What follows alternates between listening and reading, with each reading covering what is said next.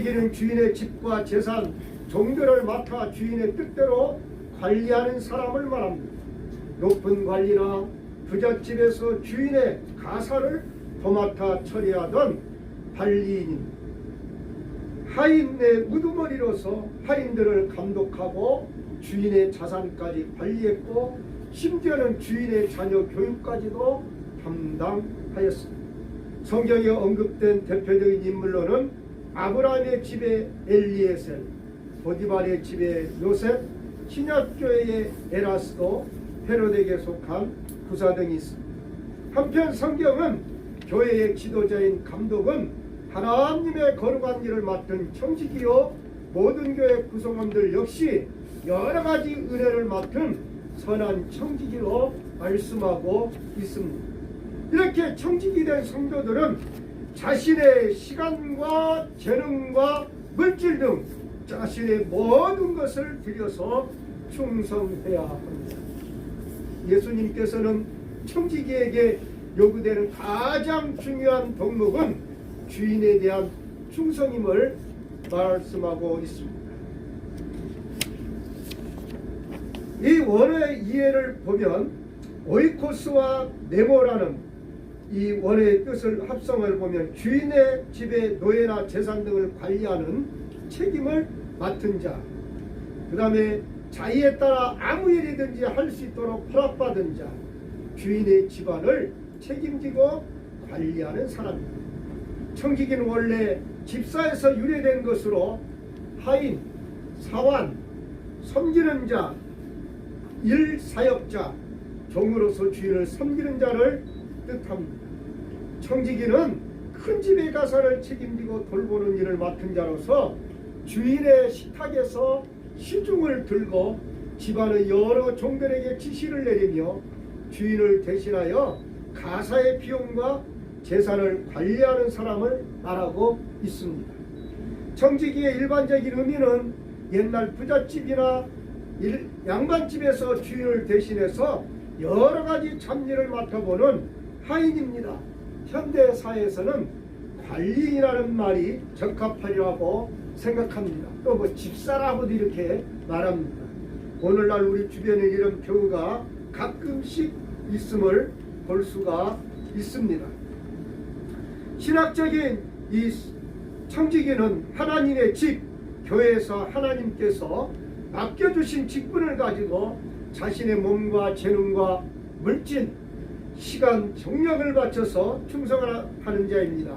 왜냐하면 청지기는 하나님께서 먼저 은혜로 불러주어 구원을 얻게 하시고 모든 것을 그리스도를 통해서 은혜로 불러주셨기 때문입니다.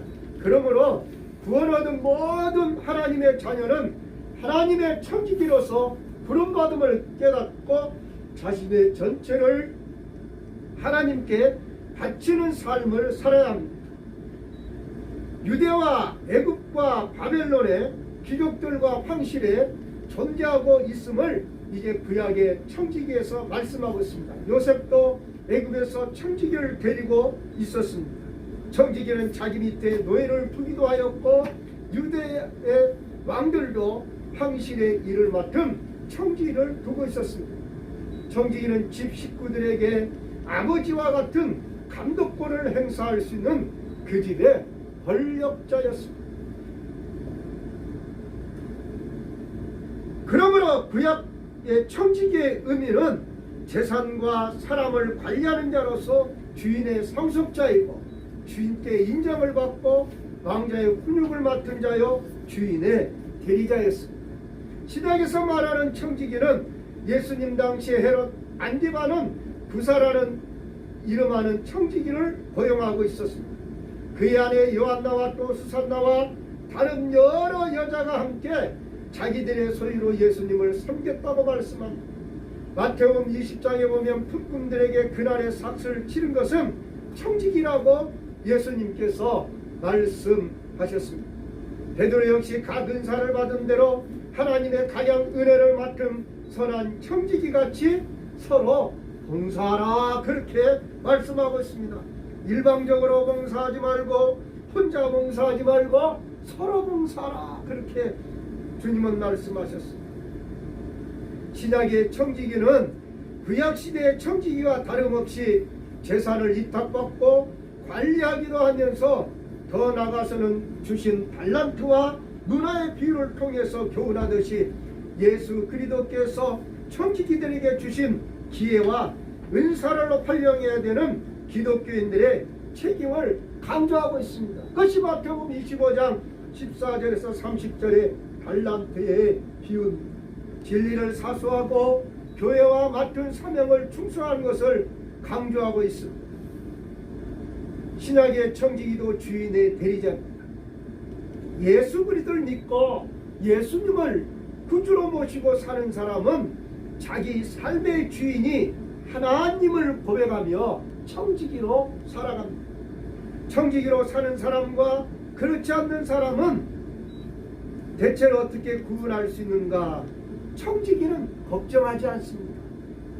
청지기는 주인의 것을 맡아서 책임지고 관리하는 사람입니다.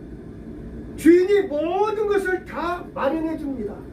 그래서 무엇을 먹을까, 무엇을 입을까 염려하지 않습니다. 그것을 염려해야 할 분은 바로 주인입니다. 주인이 많이 주시면 많은 대로, 적게 주시면 적은 대로 자족하며 살아갈 뿐입니다. 청지기는 또한 맡은 일에 충성을 다합니다. 누구 것이 더 큰지 다른 사람과 비교하며 도토리 기재기를 하지 않습니다. 내게 주신 은사와 재능을 따라서 열심히 일할 뿐입니다. 무언가를 할 수 있는 것 자체가 복임을 믿기에 맡겨주신 주인께 감사하는 마음으로 충성을 다할 뿐입니다. 남아든 달란트 얼마? 나 심서 그것을 남기어서 주님께 우리가 죽도록 충성해서 주님께 드리면 충성된 종이라 상 주신다라고 찬양도 있지 않습니까? 충성이라는 단어를 이루는 한자들을 뜯어보면 자로나 우로나 치우침 없이 주인의 말씀하신 바를 이루는 것을 의미해야 합니다. 청지기의 판단의 기준은 오직 이것이 과연 주인이 기뻐하시는 일인가? 내 생각이 중요한 것이 아닙니다. 주변 사람들의 박수 소리가 중요한 것이 아닙니다. 오직 주인의 뜻이 중요할 뿐입니다.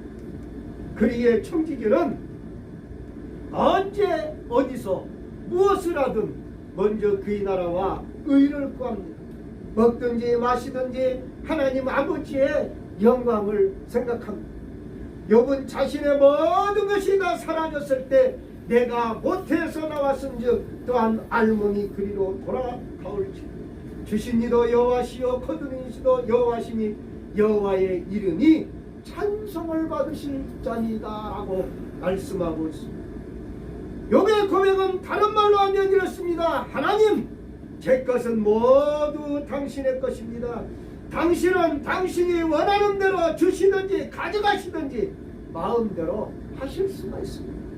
저에게 있어서 중요한 것은 하나님이지 저에게 당분간 맡겨주신 재물이 아닙니다. 그러므로 저를 행복하고 풍요롭게 했던 재물을 당시 거두어 가신다 해도 저는 하나님을 버리지 않을 것입니다. 성경에는 지혜롭고 진실한 청지기에 대해서 말씀하고 있고 옳지 않는 청지기에 대해서 말씀하고 있고 선한 청지기에 대해서 말씀하고 있습니다.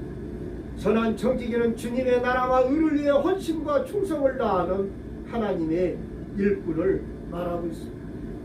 순종과 교만을 선택할 수 있는 자입니다. 오늘 본문 16절과 17절입니다. 토레의 신분은 순종이란 단순히 하나님께 명하신 것의 일부 혹은 대부분을 행하는 것을 의미하지 않는다. 순종은 하나님의 뜻에 완전히 굴복하는 것입니다. 아담의 불순종을 따라가는 일은 패망과 죽음이 있을 뿐이다. 예수 그리스도의 순종을 본받아 살려는 성도에게는 영생과 생명과 기쁨이 넘친다라고 목자는 말했습니다. 그럼에도 불구하고 예수 그리스도가 십자가에서 우리를 위해 죽으셨다는 희생과 순종을 세상 사람들은 어리석고 허황된 것이라 비판하며 거부하는 자들이 많습니다. 그들은 모두 다 아담처럼 하나님의 명령에 불순종하는 자들입니다. 하나님을 아는 지식과 순종은 분리될 수 없습니다.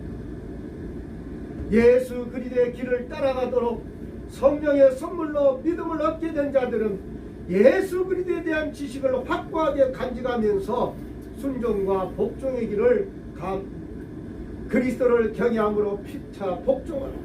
순종이 어려운 것은 결과를 알지 못하고 따르는 것이기 때문이라.